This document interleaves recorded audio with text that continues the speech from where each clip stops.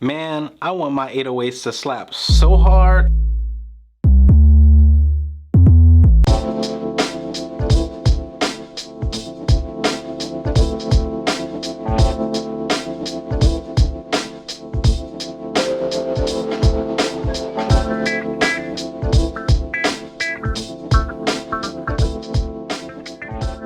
What's good, world? I'm Mo Stacks, and today I'm going to give you 5 tips to tone your 808s using Logic Pro X's step sequencer. Tip number 1, use the drop-down menu on your drum kit. So the first thing that you're going to want to do is you're going to want to double click or click this drop down menu here next to your drum kit, which is going to reveal all of the individual instruments. And then you're going to want to right click and create a pattern region for your 808. Tip number 2, use the copy row shortcut, which is Control C. I typically go inside the drum kit and then I mute the 808 that's in there.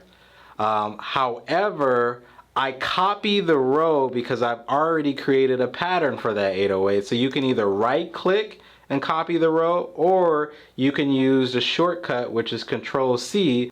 Tip number 3, change the default amount of steps so that they equal the amount of steps that are already in your drum kit. Then I go into my 808. And then here it's important to make sure that the steps here are the same amount of the steps inside of your drum kit. And the drum kit had 32 steps, so I'm going to put 32 steps in here so that when I copy it, I paste this row and then all of my notes come in.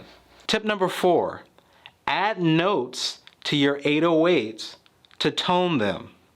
In order to change the notes of your 808, you're going to need to go in and individually add notes here.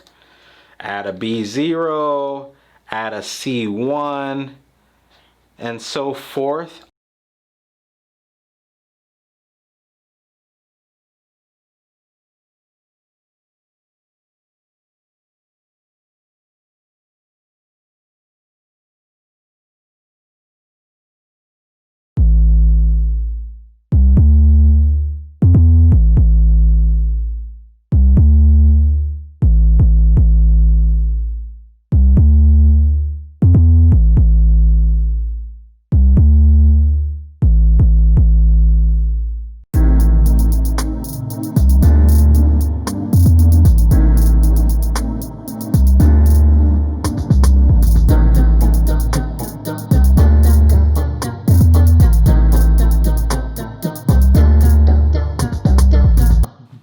Tip number 5, turn off MIDI out so that you don't trigger the note every time you change a step.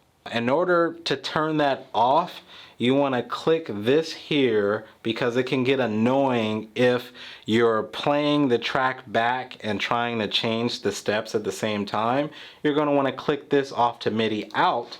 Click MIDI out off, so that way every time you do trigger a note, you don't get the sound if you're already like trying to adjust on the fly. I'm Mo Stacks. If you love the content on this channel, please hit the subscribe button below or like this video.